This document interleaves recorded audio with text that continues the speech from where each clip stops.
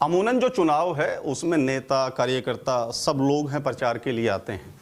आज से नहीं, पुराने वक्त से चल रहा है। और एक शख्सियत हमारे साथ आज जो है वो बहुत पुराने समय में कांग्रेस से विधायक रहे हैं, सुबेश सिंह पुनिया हैं। उचाना विधानसभा से एक बाई इलेक्शन में इन्होंने चुनाव लड़ा था कांग्रेस के टिकट पर और उसमें जीत हासिल इन्होंने की थी।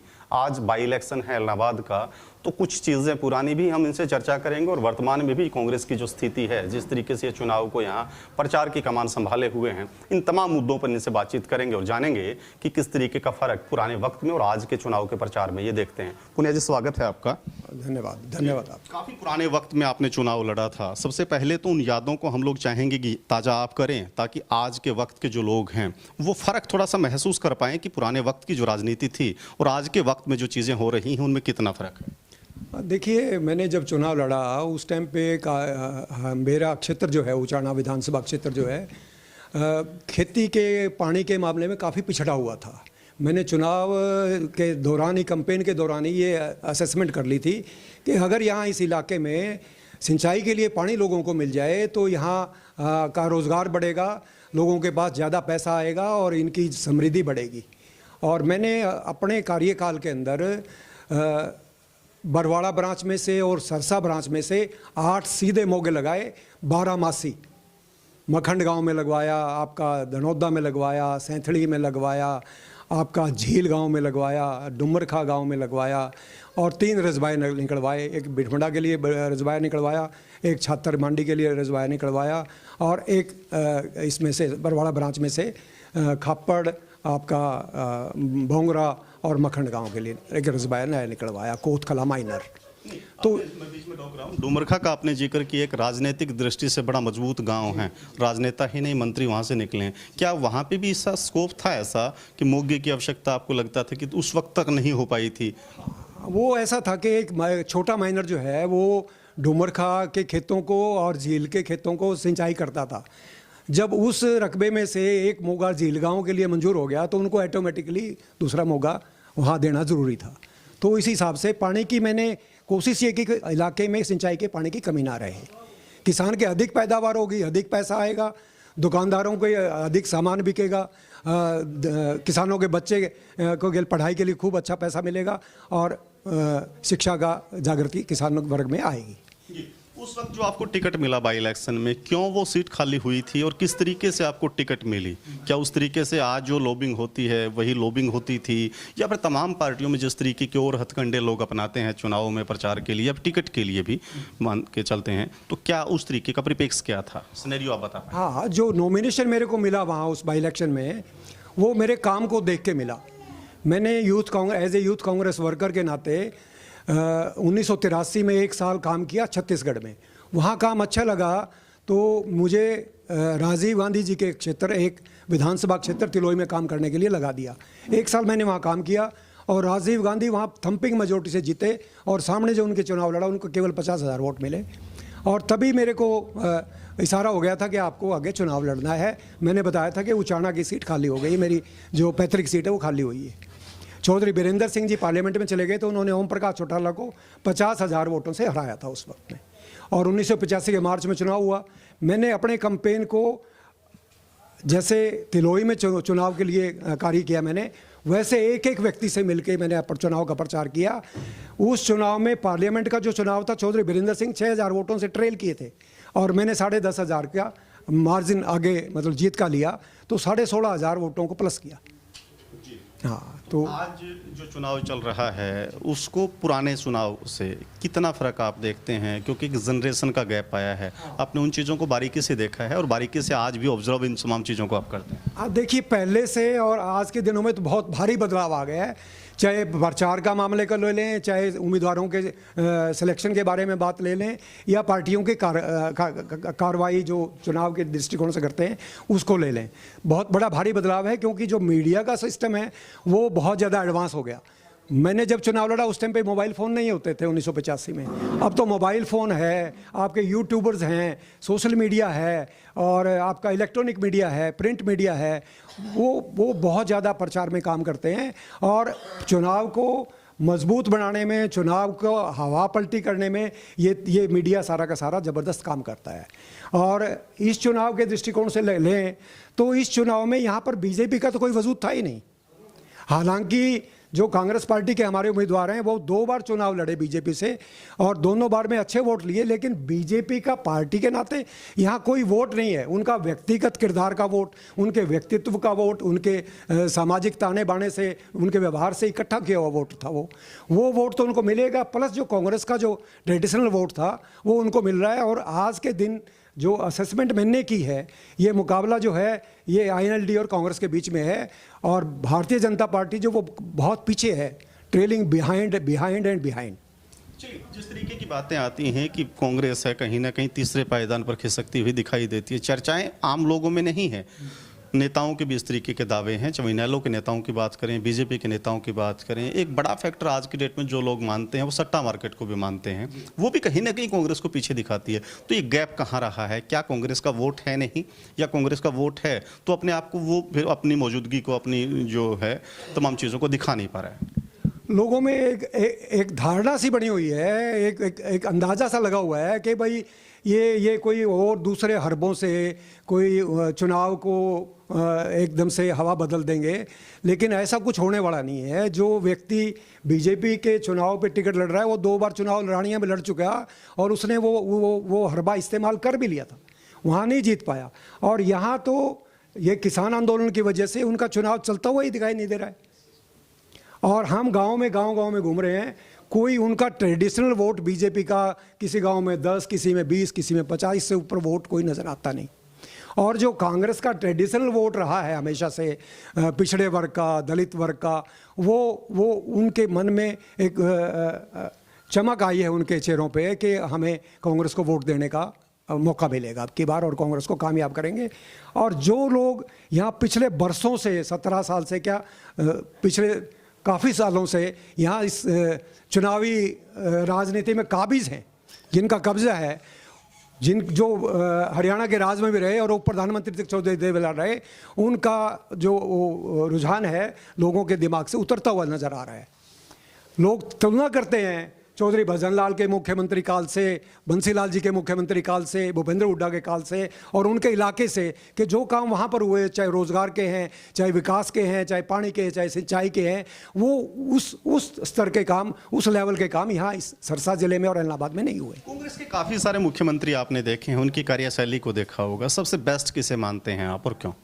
देखिए, तुलना करना कोई वाजिब नहीं है, लेकिन तुलनात्मक कोई तो होता है कि 19 कोई है तो 21 कोई है। मैं नहीं कह रहा कि आप उसके डिमेरिट बताइएगा, बट ये है कि हाँ, सबसे उम्दा कार्यशैली आपको किसी की क्यों लगी है और वो क्यों? देखिए, हरियाणा की सेवा करने में मैं जो समझता हूँ, कांग्रेस के जितने भी ये मुख्यमंत्री रहे हैं, चाहे चौधरी बंसीलाल रहे, चाहे चौधरी भजनलाल रहे, चाहे भूपेंद्र हुड्डा रहे, उन्होंने डेवलपमेंट के कामों में कोई कमी नहीं छोड़ी अपनी तरीके से, खूब ज़बरदस्त यरीके से काम किया है। और यही कारण है कि आज कांग्रेस का पुनर्जन्म होने लग रहा है इस बाई इलेक्शन के द्वारा।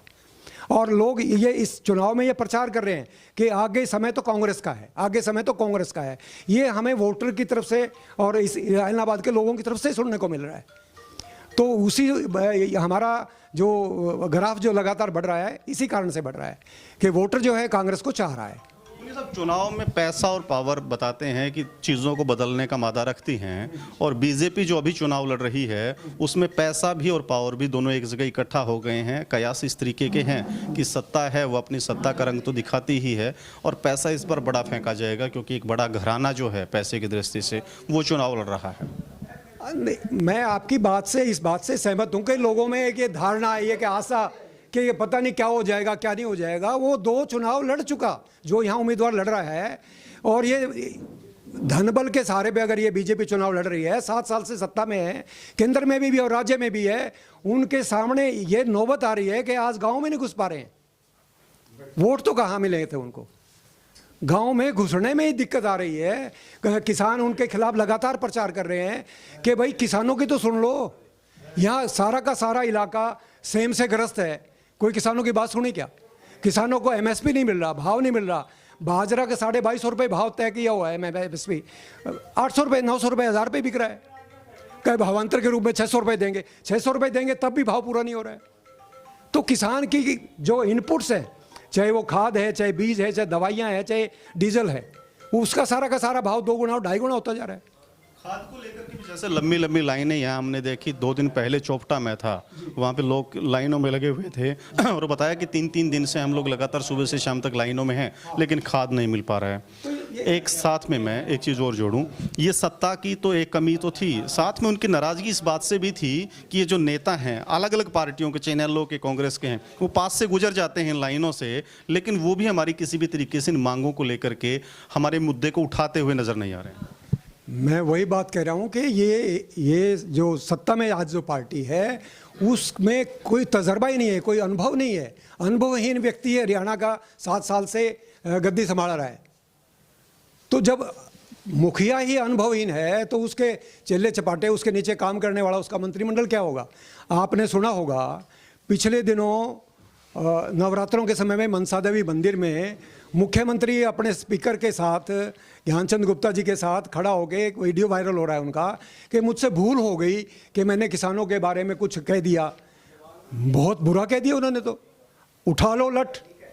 दक्षिणी हरियाणा तो ठीक है, उत्तर और पश्चिमी हरियाणा ठीक नहीं है। वहाँ हर हल्के में 500-500, 700-700, 1000-1000 लठ चलानियाँ तैयार करो, ताकि लठ चलाएं इन किसानों के सामने और इन किसानों को मारें, और फिर उसकी वहाँ मंदिर में खड़ा होके ये प्रायश्चित करे, भूल का एहसास करे कि मेरे से गलती हो गई। मंदिर में बैठ के, मंदिर में खड़ा होके, या तालाब में खड़ा होके, या चौगान में खड़ा होके कोई आदमी या चढ़ू पानी की लेके ये कोई सामाजिक तौर पे ये बात कहे कि मुझसे भूल हो गई, मुझे माफ़ कर दो, तो माफ़ कर देते हैं आमतौर पे। वो तो एक और झूठ बोल रहे हैं, संवैधानिक रूप से अपनी बात ही नहीं मान रहे हैं कि मैंने ये लठ मारने की बात कही दी थी।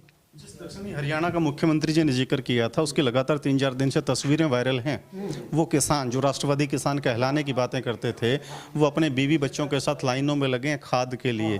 थाने ही नहीं, पुलिस लाइन में खाद उनको मिल रहा है।